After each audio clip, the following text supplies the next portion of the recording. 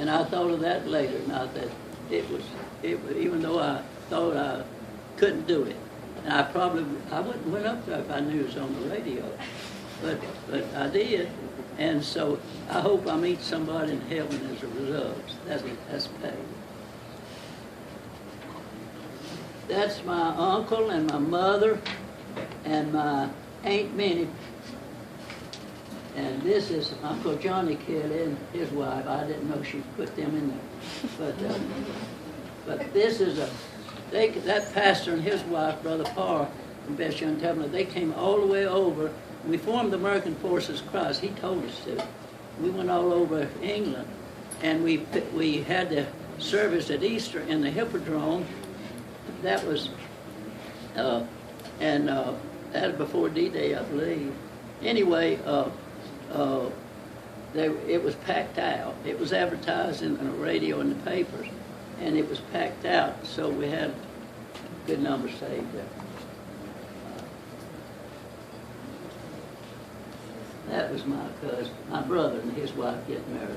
This was the Pastor Parr that came over here, and we had a reunion in Evansville, Indiana, on about a year after we.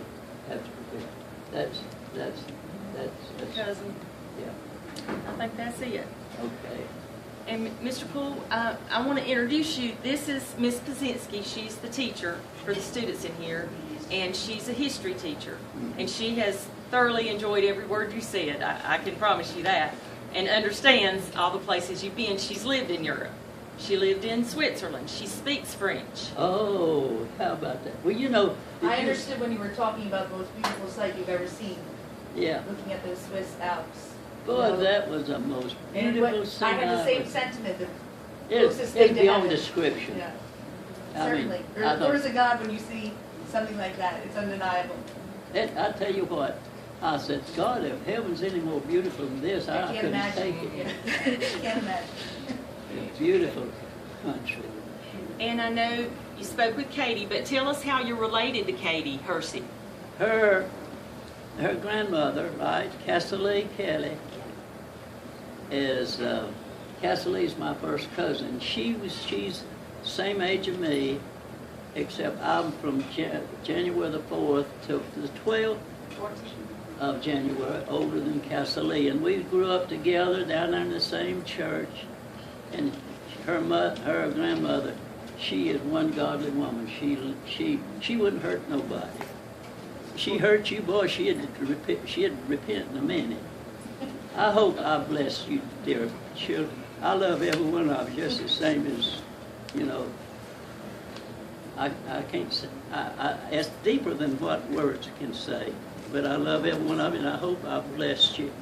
But be kind to one another. When somebody irritates you, you know, you can control. There's such thing as self-control. But if you lose your temper, you know, we all have done that. But when you do it, if I do it since I became a Christian, I apologize. And I apologize to people that I didn't. I knew I hadn't done them wrong, but they took it the wrong way. I'd go and say, listen, if I've offended you in a way, I want you to forgive me. And that gives us peace and liberty that you can never imagine. Try it and see if it don't work. It'll help turn your enemies into friends. And I think you have a friend right over here, Mr. Poole. This is Jack Cagle. I think you might know Oh, his my daddy. goodness. My goodness. Good to see you. This man right here and my daddy are best friends.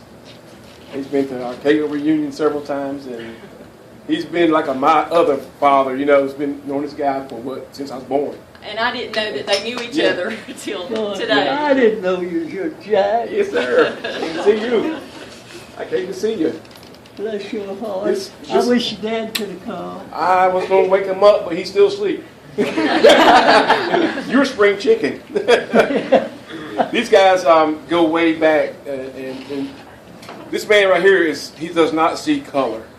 Amen. He sees everybody in here the same. You would think that people that grew up in that time period would have some differences. This man's pure. His heart and passion is God. He loves the Lord. He loves his country. And we love him. And he's part of my family. Always will right. be. Always will be. I cooked, you know what I did? You can sit back down, Mr. Poole, if you want to. I'm gonna tell you about his dad and mom. They're just as sweet as they could be. His dad, you know, he was a supervisor over in the spring mill. And He's editing something right now, I bet. and you know what? You know what?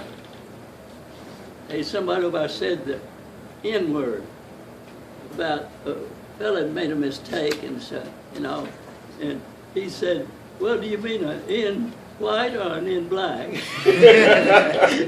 I said, Jimmy, you said identically the thing that meant. I said, how did he react? He said he hushed. It just got him. It stopped him in his track. See, people will say them things, and they don't even know what it means. A lot of times, Jack, they do. I know. And when I had a fella that was doing that over there and was saying things, and my black friends was coming in over there, Troy, hometown. This guy, he was using profanity, and he would use that N-word. One day I thought I said, as a Christian, I'm supposed to counteract that. And I looked at him, and I was friends with this guy. He was had been a law officer, but he was kind of rough, that fella. But anyway, he used that word that one time to me, and I said the place was full. I called his name. I said, look, how would you like somebody come in here and call you SOB or something? I said, you'd be ready to fight him. And here these, my friends, come in here, and you say that name and offend them? I said, you should be ashamed of yourself. You know, I've never heard him say that since, and now he's friends. He has friends in his home, black people in his home. Well, Mr. Poole, we have about 10 more minutes. We want to take a picture toward the end, but do y'all have any questions? Does anybody have a question? Feel free. I may not can answer it, but I'll try. Reuben, So were you considered a paratrooper in the war? were you a paratrooper? No, I wasn't a paratrooper. I was with the glider troops. What was that? That was these C-46 and 47, you know, gliders. They pull gliders Okay. behind them, and but they don't use them anymore. They're obsolete. I think they used them one time in Korea, and after that they didn't. But the paratroopers were right beside them, and I took the same training that the paratroopers took. Just remember, I was 127 pounds when I joined the Army.